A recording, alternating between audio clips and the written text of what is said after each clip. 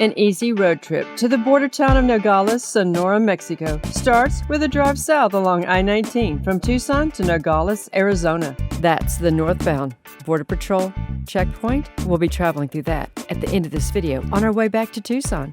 Hang on if you want to go through the checkpoint with us. This is a scenic drive through the Sonoran Desert with interesting side stops like the city of Tubac and Tumacacori National Historical Park and popping into Wisdom's to get a fruit burro. As we have done in the past, we choose to park and walk across the border to enjoy a few hours in Nogales, Mexico. With a few tips provided in this quick video, you should be able to explore and enjoy the bustling streets and find a few bargains. It is very simple and exciting. Not all border towns are easy to visit and not all have easy access on foot. This is why we enjoy Progreso across from the Texas border in the Rio Grande Valley and why we like visiting Nogales, Sonora, Mexico. I do encourage you to watch my two fun and informative videos on our visits to Nuevo Progreso across from McAllen, Texas in the Rio Grande Valley.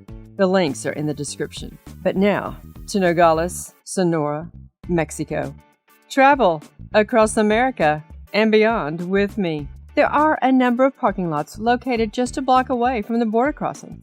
Most have become automated but still take cash at the machines. We park at either of one of two parking lots located across the street from the Burger King in Nogales, Arizona at 41 North Sonorita. Whether you take a left, then a right, or a quick ride at the end of the parking lots, you will clearly see the entrance to Mexico. To the left is the way vehicles go, and to the right is the stairway that most pedestrians go. We have done both. Let me tell you about entering Mexico and re-entering the U.S. Be sure to have your passport or proper ID and be prepared for your bags to be scanned upon entering Mexico. No photography is allowed of these federal areas. We have never been asked to show ID entering Mexico, but absolutely we have on our re-entrance to the U.S. Some border towns have turnstiles for pedestrians to go through that require somewhere between 50 cents and $1. If you don't have quarters, don't worry. There are machines close by that will change that dollar bill into quarters. At this time, Nogales is not one of those spots. You will more than likely stand in line before proceeding into the Border Patrol station, where you will present your ID and your photo will be taken. The border agents will ask what you were doing, how long you were there, and what you are bringing back. Obviously, this varies. As soon as you enter, you will see a line of cabs in the bustling streets. You might spot the Juan Bautista de Anza Ruta Historica sign. We have hiked this historic trail in dozens of places in the U.S., and there you can too. We typically walk, but have taken a cab on occasion when we walked a great distance south and wanted to return more quickly, and we have only visited during the daytime. On one street, you will find weathered photographs of the town from days gone by. I found these very interesting. There are a variety of things to do in this lively border town, from medical, dental, beauty treatments to eating at a variety of establishments, from sit-down restaurants to food carts.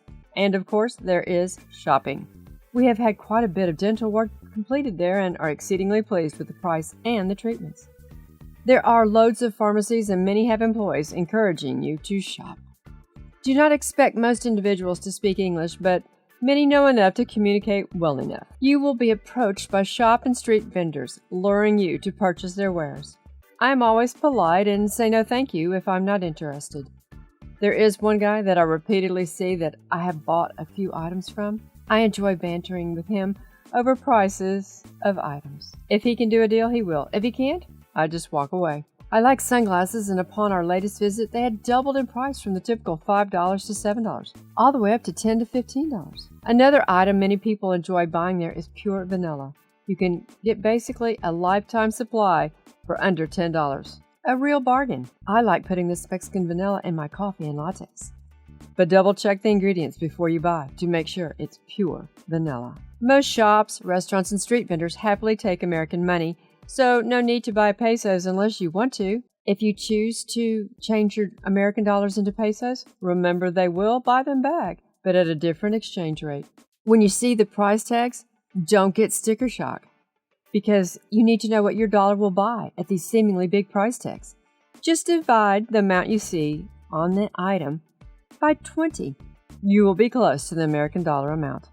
Places that accept credit cards make this whole exchange a lot easier. We like to eat at Las Marias Restaurante, just a block to the south of La Purísima Concepcion. This is a pretty little church with lots of history. If the door is open, you can pop in and look around.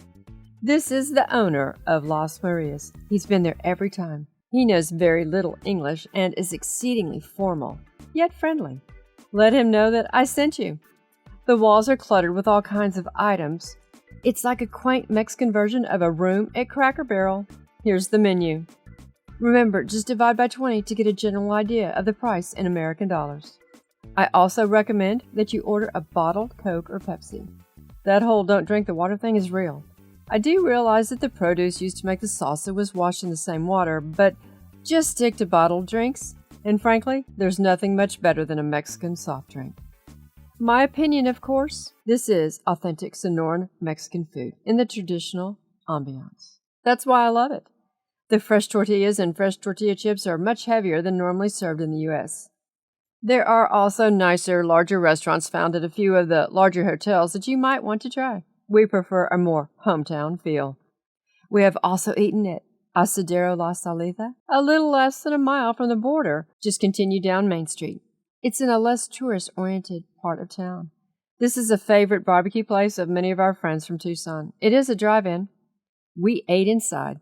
I asked for some rice, and the funniest thing happened. The waiter went to the restaurant next door to get me a plate of rice. Too funny, right? And always a Mexican bottled Coca-Cola. Don't panic. Remember, divide by 20. We did return to the border by cab that day. The driver spoke zero English, so he had his boss on speakerphone on his iPhone telling him where to take us. It was a hoot. If you want to send us a few bucks for a Mexican soda for our travels, our Cash App is on the screen and in the description below. And I do need to ask, have you subscribed yet?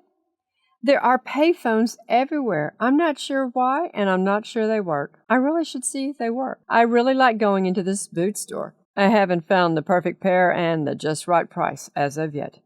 We found this couple cutting up nopales, a type of cactus leaf that is part of traditional Mexican meals. Honestly, I don't care for them. I find them too much like okra with that whole slimy thing going on. Some people claim to know how to defeat that effect. I'm good.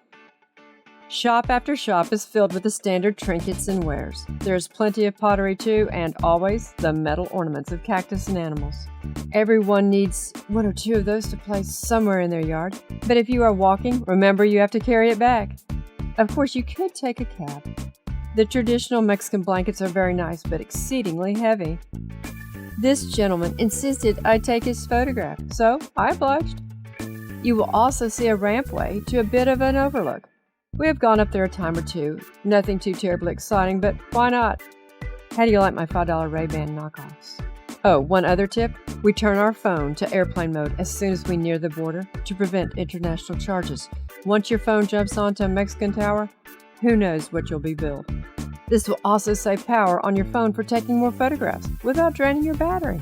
When you are ready to head back to the U.S., simply head north to the U.S., and you will see the line and signage directing you to the customs area, and I have already briefed you on how this works. Return either way on the street to return to your car, waiting for you just where you left it. There are cabs and vans available for hire, but we enjoy the walk. It's fun, it's exciting, an adventure. Ugly shoes on the ground.